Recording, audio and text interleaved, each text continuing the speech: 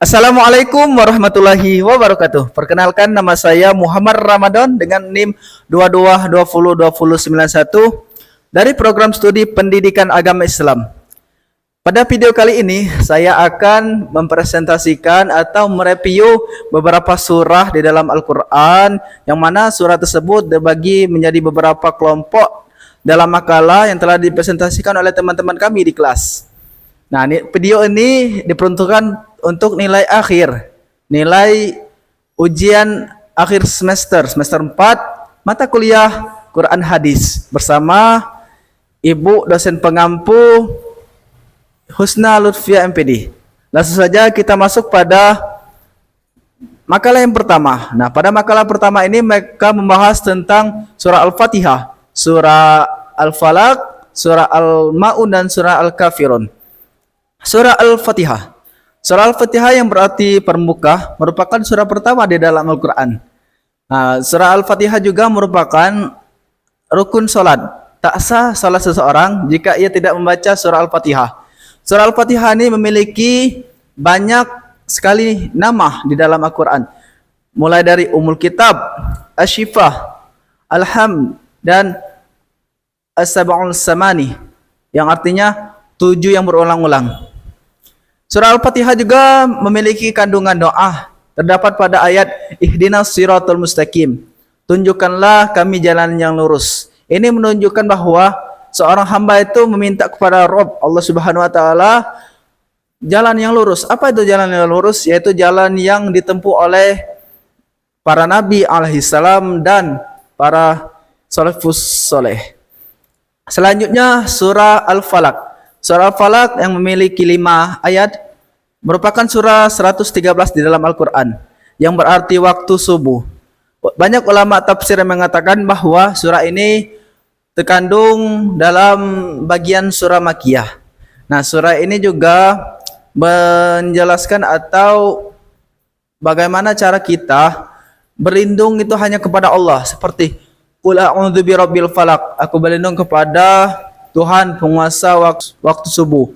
Nah, mengapa waktu subuh, teman-teman? Karena waktu itu sangat rentan terjadinya tindak kejahatan, baik jin dan manusia yang melakukan kejahatan. Oleh karena itu Nabi SAW juga mengatakan, jika kalian hendak tidur, maka bacalah 3 surah di dalam Al-Quran, yaitu surah Al-Ikhlas, surah Al-Falaq, dan surah An-Nas. Ini merupakan wujud kita untuk berlindung hanya kepada Allah di waktu kita tidur.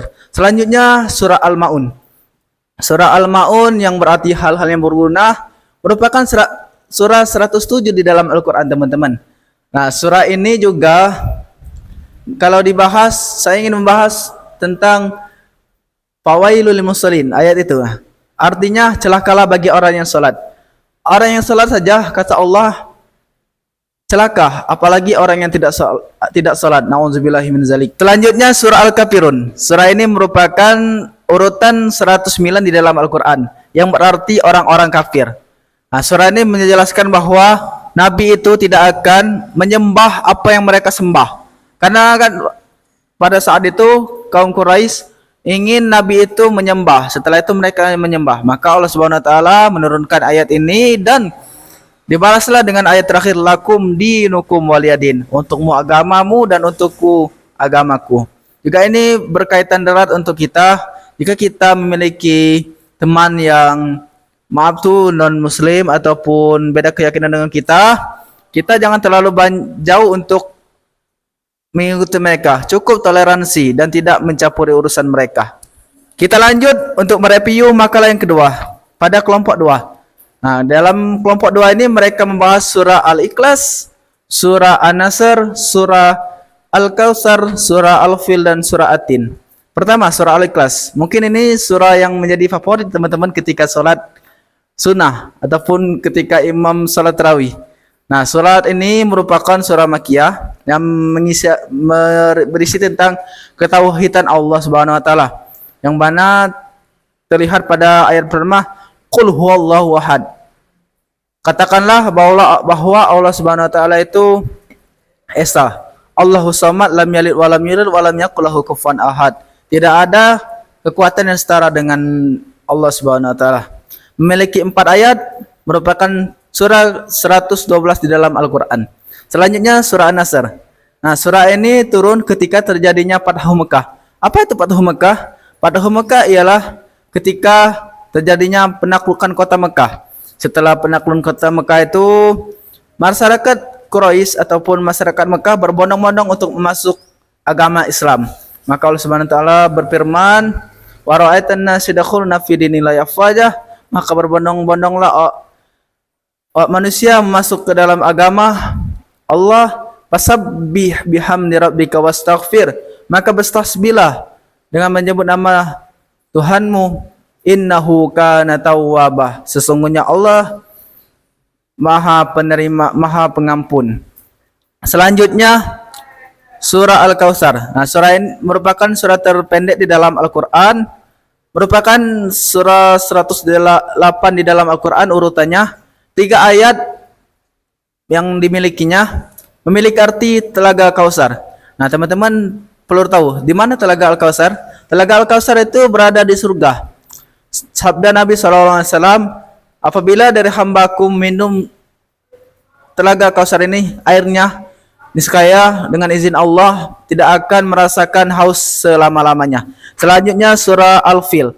Surah Al-Fil ini menceritakan tentang seorang raja asal Yaman, yaitu Raja Abraha, ingin menyerang Ka'bah karena rasa irinya. Pada saat itu masyarakat di Jazirah Arab lebih condong ataupun lebih senang mengunjungi Ka'bah daripada gereja-gereja yang ada di sana. Maka Raja Abraha berinisiatif untuk menyerang Ka'bah. Namun Allah Subhanahu wa taala tidak diam saja melihat Ka'bah dihancurkan oleh orang-orang yang tidak bertanggung jawab. Maka Allah Subhanahu wa taala mengutus burung ababil. Nah, burung ababil ini mungkin Allah datangkan dari surga membawa batu kerikil dari neraka. Pas mereka datang, sebelum datang ke Ka'bah, burung ababil ini langsung melemparkan batu kerikil terhadap pasukan Abraha. Maka pasukan Abraha lenyap dan tewas. Selanjutnya surah At-Tin. Pada ayat pertama, Watin. Kenapa Allah itu bersumpah demi buatin?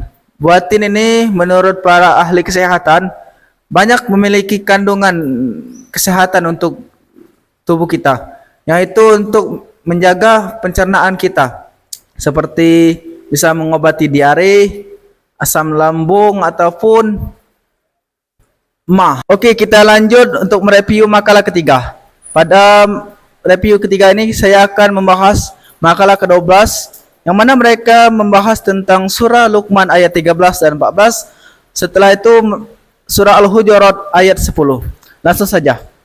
Surah Luqman merupakan surah ke-31 di dalam Al-Qur'an. Surah Luqman memiliki 34 ayat yang berarti keluarga Luqman. Nah, pada ayat 13 ini menceritakan atau mengisahkan seorang ayah yaitu Luqman memberikan nasihat kepada anaknya. Apa isi nasihatnya? Yang pertama, untuk selalu bersyukur terhadap Allah Subhanahu wa taala, baik kondisi senang ataupun susah. Selanjutnya, untuk tidak mempersekutukan Allah, karena syirik merupakan dosa yang tidak bisa diampuni kecuali dengan taubat secara bersungguh-sungguh. Lalu apa bunyi ayat 13 ini? Langsung saja kita bacakan. A'udzu billahi minasyaitonir rajim. Bismillahirrahmanirrahim. Wa idza qala Luqmanu li ibnihi wa huwa ya'izuhu ya bunayya la tusyrik billah inna syirka la zulmun azim. Selanjutnya ayat 14 yang berbunyi, kita bacakan lagi. A'udzubillahi minasyaitonirrajim. Bismillahirrahmanirrahim. Wa wassaynal insana biwalidayhi hamalathu ummuhu wahnan ala wahnin wa fisaluhu fi amaini anishkurli wa liwalidayk ilayya masir. Dalam ayat 14 ini Allah itu menyuruh kita untuk selalu berbakti kepada orang tua. Karena sejalan kita menuju surga salah satunya itu dengan kita berbakti kepada orang tua. Maka juga di dalam surah Al-Isra kita tidak boleh membentak orang tua. Berkata A saja kita tidak boleh, apalagi untuk menyakiti hati dan perasaan orang tua. Itu sangat dilaknat oleh Allah Subhanahu wa taala. Selanjutnya surah Al-Hujurat ayat ke-10. Pada ayat ke-10 ini menceritakan atau Allah itu menyuruh kita untuk bagaimana kita sesama muslim ini menjalin silaturahmi yang kuat. Karena innamal mu'minuna ikhwanah. Karena sesungguhnya mukmin dan mukmin yang lainnya itu bersaudara. Maka dalam ayat ke-10 ini juga dijelaskan, damaikanlah jika ada saudara kalian yang berselisih. Dengan cara apa kita damaikan? Pertama, kita jelaskan berselisih itu tidak akan mendatangkan ini, hanya mendatangkan mudarat saja. Selanjutnya kita jelaskan hadis Nabi larangan untuk berselisih, seperti orang yang berselisih atau yang tidak berteguran selama 3 hari, maka dirinya haram untuk mencium bau surga. Itu salah satu cara kita untuk mendamaikan mereka yang berselisih. Oke, untuk selanjutnya kita akan membahas kelompok 8. Nah, pada kelompok 8 ini mereka membahas tentang surah Al-Isra ayat 32 dan surah An-Nur ayat 2.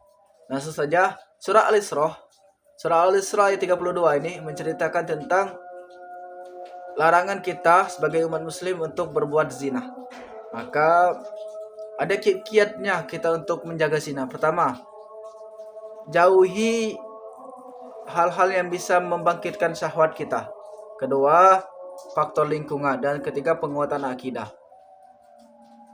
Selanjutnya, macam-macam zina itu banyak. Zina itu mulai dari zina mata, zina hati, dan zina langsung bertemunya kedua kelamin antara laki-laki dan perempuan. Itu merupakan zina yang paling besar.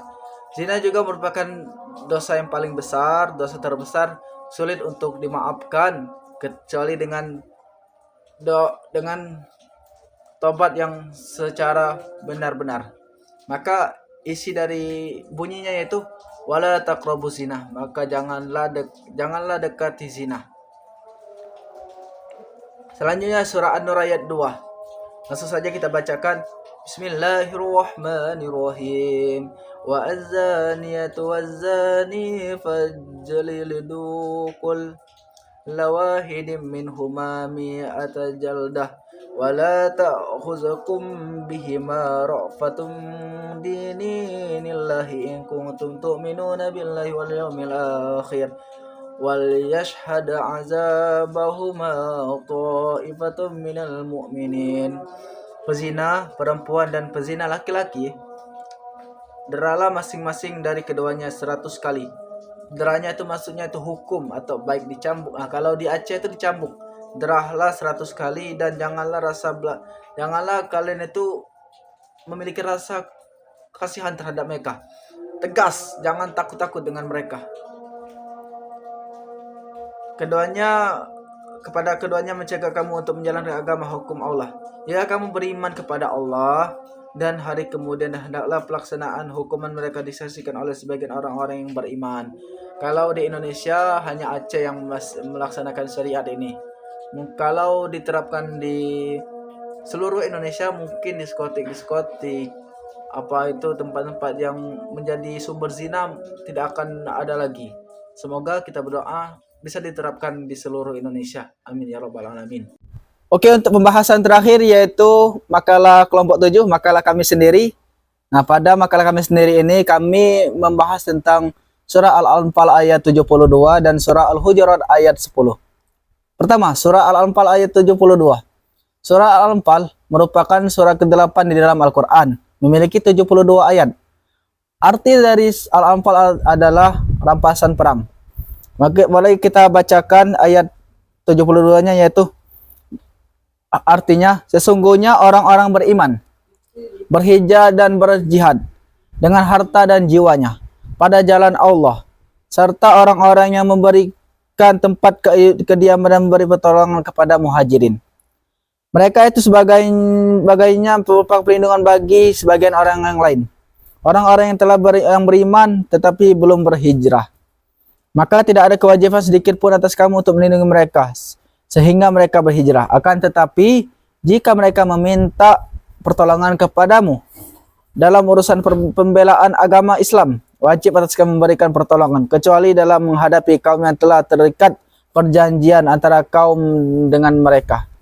Allah Maha melihat apa yang kamu kerjakan.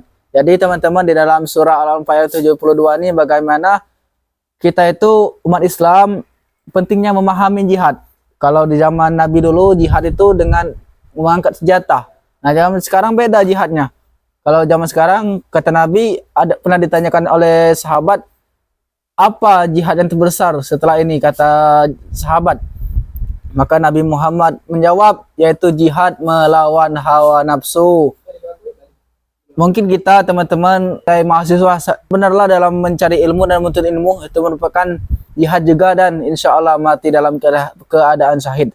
Selanjutnya pada makalah kami ini juga kami membahas tentang surah Al-Hujurat ayat 12, yang mana pada ayat ini secara tidak langsung Allah itu menyuruh kita untuk tidak terlalu banyak berprasangka buruk terhadap orang lain, mencari keburukan orang lain, bersuuzon dengan orang lain, ataupun menggunjing. Karena kalau kita menggunjing itu ada neraka khusus ditempatkan bagi orang-orang menjadi pengunjing, yaitu neraka Hutama. Kita berdoa semoga kita yang melihat ataupun yang mendengarkan video ini, juga saya, untuk terjaga dari sifat-sifat tersebut. Amin ya rabbal alamin. Itu saja dari saya ucapkan wallahumma fiqil aqwam. Wassalamualaikum warahmatullahi wabarakatuh.